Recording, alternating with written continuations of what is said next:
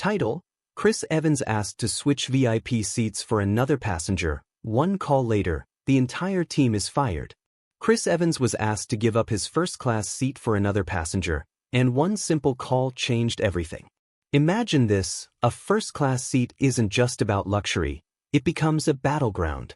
One man with a legacy of resilience faces an entitled system, flipping the power dynamics in a twist no one saw coming. This tale of courage shook the very foundation of privilege, delivering karma midair. The soft hum of the airplane engines filled the cabin as Chris Evans settled into his plush first-class seat. He exhaled deeply, savoring a rare moment of peace after a busy week of commitments. From his window seat, he could see the tarmac below, illuminated by the hues of a setting sun. This moment of quiet was one he had earned. After years of hard work, Chris had become a household name, admired for his talent and integrity. Today's flight was the beginning of an exciting new chapter, a trip to finalize a significant international film project that would elevate his career to new heights. Chris adjusted his sunglasses and reached for his leather bag, enjoying the faint aroma of freshly brewed coffee wafting through the cabin. A friendly flight attendant handed him a sparkling water with a warm smile, and Chris nodded in acknowledgement. Everything seemed perfect, for now. Chris Evans was calmly seated in his first-class window seat, enjoying a rare moment of peace.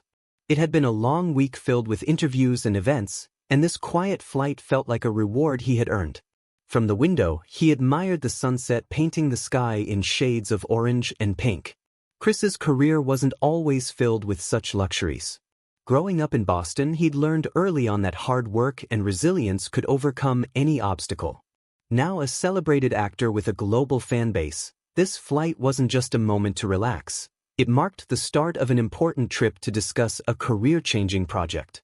He adjusted his sunglasses, leaned back, and opened a leather-bound notebook filled with ideas for the new venture. The scent of fresh coffee lingered in the air as a flight attendant handed him sparkling water. With a grateful smile, Chris nodded and took a sip. Everything seemed perfect, until a disturbance at the cabin entrance interrupted his calm. Check this part for tone and structure. Should I proceed with the next section? Part 2. Chris looked up to see a tall blonde woman step into the first-class cabin, her presence practically demanding attention. Her posture and demeanor screamed entitlement. She carried an expensive designer handbag on her arm like a trophy. Trailing behind her was another woman, shorter and visibly nervous. Their whispers, just loud enough to catch, immediately disrupted the peace. "Can you believe this seat assignment? Absolutely ridiculous," the blonde woman muttered, her voice filled with disdain. "I know, Elizabeth," the brunette replied cautiously. "Maybe it's just a mistake. They'll fix it." Chris felt a flicker of unease as the two women stopped right by his row. The blonde, now identified as Elizabeth, glanced at him with sharp, assessing eyes. Her perfectly manicured nails tapped impatiently against her bag. Chris chose not to engage, focusing instead on his notebook. He'd dealt with people like her before, people who assumed they could dictate terms to anyone. "Excuse me," Elizabeth said sharply, breaking his train of thought. Chris looked up, calm and composed. "Yes? I think there's been a mistake," she said, gesturing to his seat. "This is obviously meant for someone else." Chris raised an eyebrow. "This is my seat, 1A. I reserved it weeks ago." Elizabeth's forced smile didn't quite mask her irritation. "You see, I'm a gold-tier member with this airline. I always get priority seating. You might be more comfortable elsewhere." Chris held her gaze for a moment, letting her audacity sink in before replying. "I'm quite comfortable right here, thank you." The smile vanished from Elizabeth's face as her companion shifted uneasily, clearly hoping to avoid conflict. Before Elizabeth could press further, a flight attendant approached, his uniform crisp and demeanor professional. "Is there an issue here?" he asked, looking between the two. "Yes," Elizabeth said, her voice theatrical. "This seat, my seat, has been mistakenly assigned to someone else. I need this resolved immediately." The attendant glanced at Chris, who remained composed. "There's no mistake," Chris said, his voice calm but firm. "This is my seat, and I have the ticket to prove it." The flight attendant hesitated for a moment, clearly caught in the tension between Elizabeth's entitled assertiveness and Chris's quiet confidence.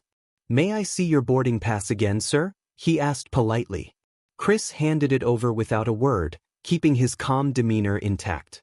He'd been in situations like this before, places where he had to subtly prove he belonged. This was just another one of those moments. The attendant examined the ticket carefully before nodding. "This is indeed your seat, Mr. Evans," he confirmed, handing the boarding pass back to Chris. Elizabeth's expression darkened. For a moment, the polished exterior cracked, and she struggled to contain her frustration. "That can't be right," she protested. "He must have bought a last-minute upgrade. People do that, don't they?" Chris held back a sharp retort, instead replying in an even tone. "I suggest you take your assigned seat.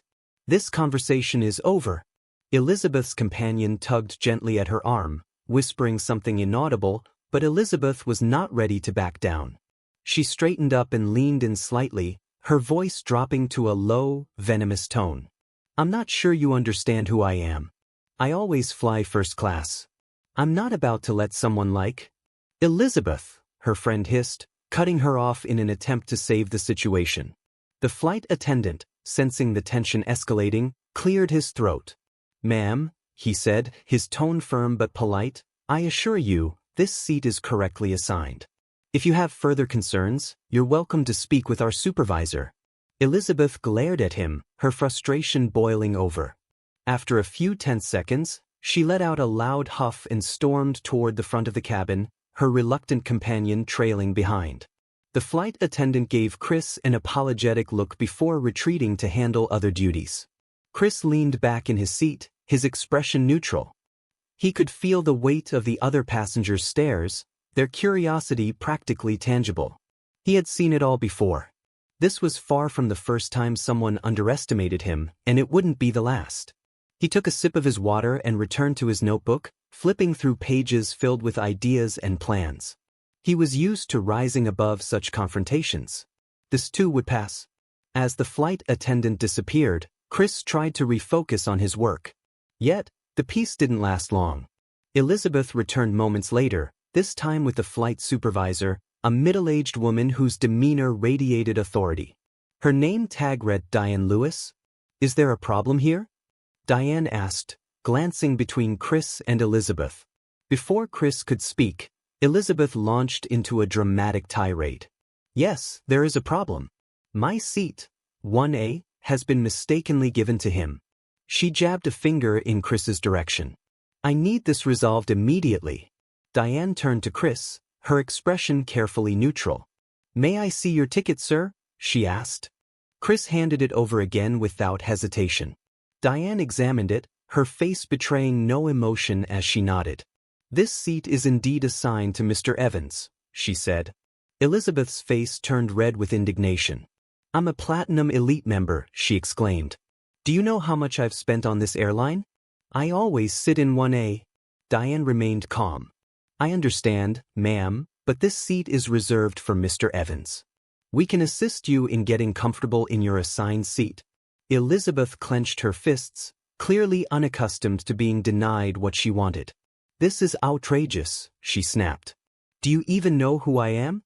Chris finally spoke, his voice steady but laced with quiet authority.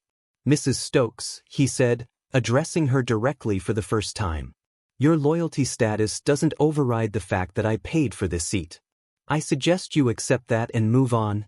Elizabeth stared at Chris, her mouth opening and closing as if searching for the right words to argue. But nothing came out. Her usual strategy of throwing around her status and entitlement wasn't working, and the quiet, unwavering confidence in Chris's tone was clearly unsettling her. "Fine," she finally spat out, her voice dripping with venom. "Let's see what corporate has to say about this." She spun on her heel, storming toward the front of the cabin. Chris exhaled and leaned back in his seat, adjusting his sunglasses. He had no doubt that Elizabeth's next move would involve an attempt to escalate the situation, but he also knew that it wouldn't get her far. Years of navigating high-pressure environments had taught him how to handle people like her. For now, he simply waited. Meanwhile, at the front of the plane, Elizabeth was in full theatrics, speaking animatedly to another flight attendant who had just joined the conversation. Her gestures were grand, and her voice carried through the first-class cabin as she ranted about her loyalty to the airline and her perceived mistreatment. The other passengers, though pretending to mind their own business, couldn't help but steal glances in her direction. The flight attendant nodded politely as Elizabeth spoke, but he seemed unsure of how to handle the situation. "Let me check with the captain," he finally said, excusing himself. Elizabeth returned to her seat with a smug look on her face.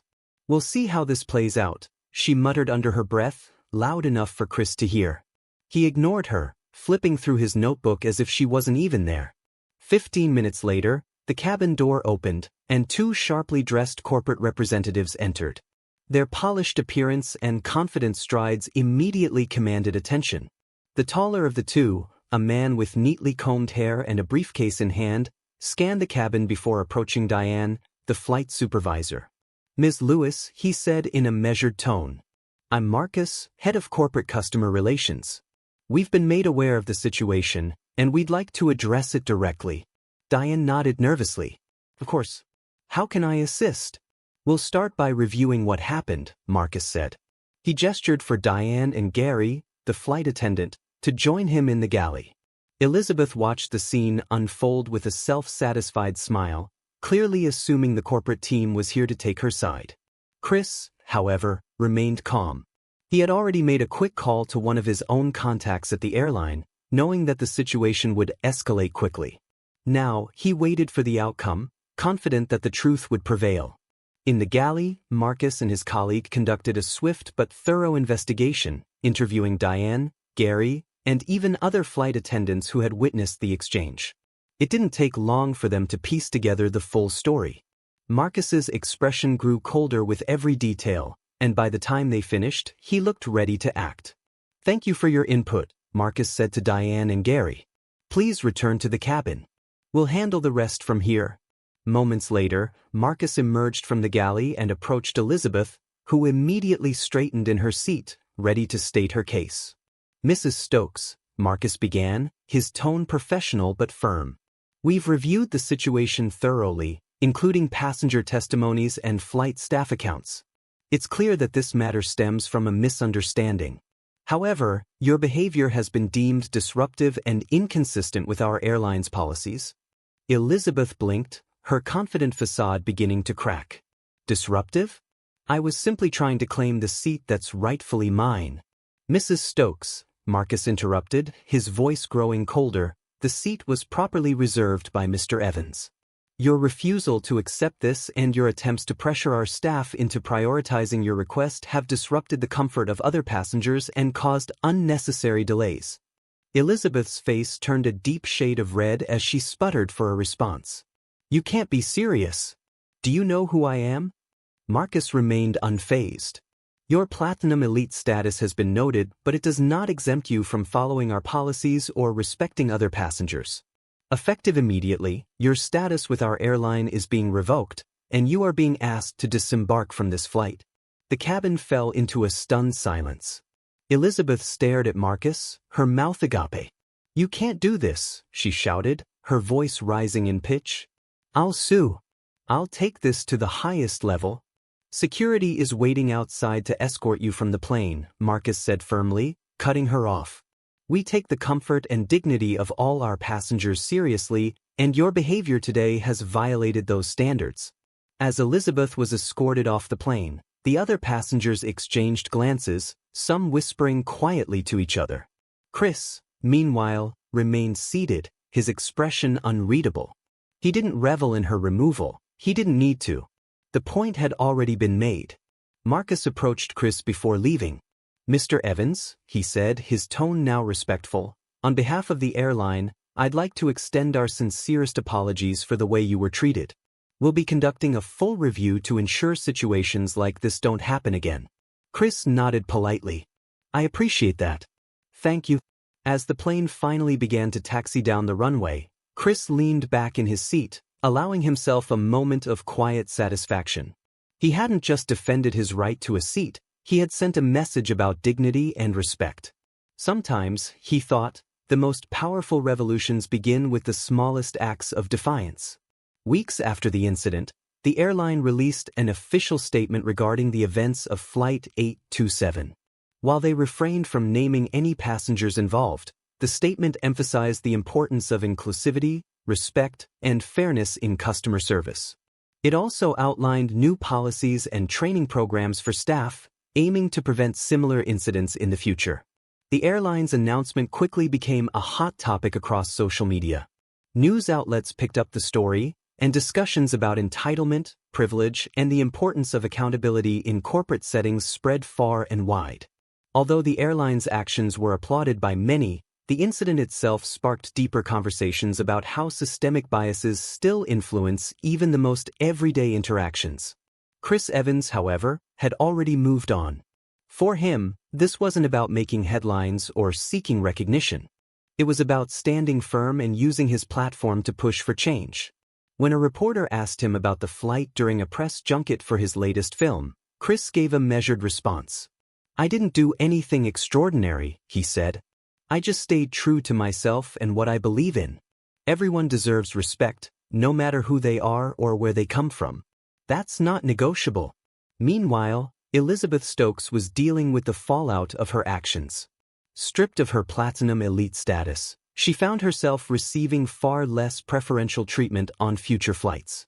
Her behavior during the incident had also been widely discussed online, leading to a wave of backlash that affected her public image and professional relationships.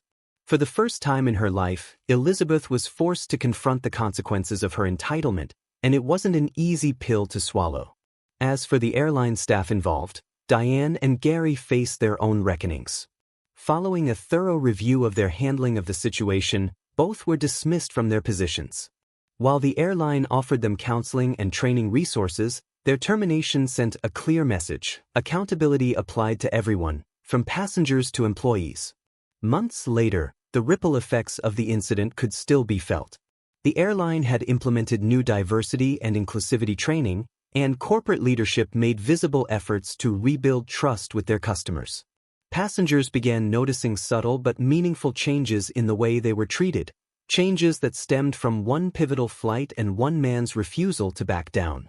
In the end, the events of Flight 827 became more than just a story about a first-class seat. They became a reminder that respect and accountability should never be optional. And sometimes, the quietest acts of defiance can shake even the most entrenched systems to their core. As Chris Evans sat on a new flight months later, he gazed out the window, his thoughts drifting.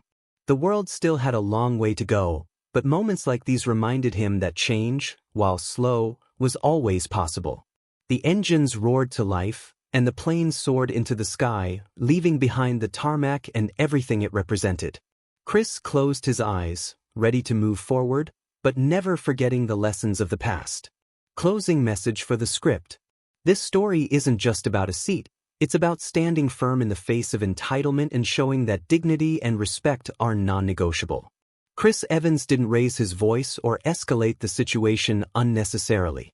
Instead, he showed us all the power of quiet resilience and the importance of accountability.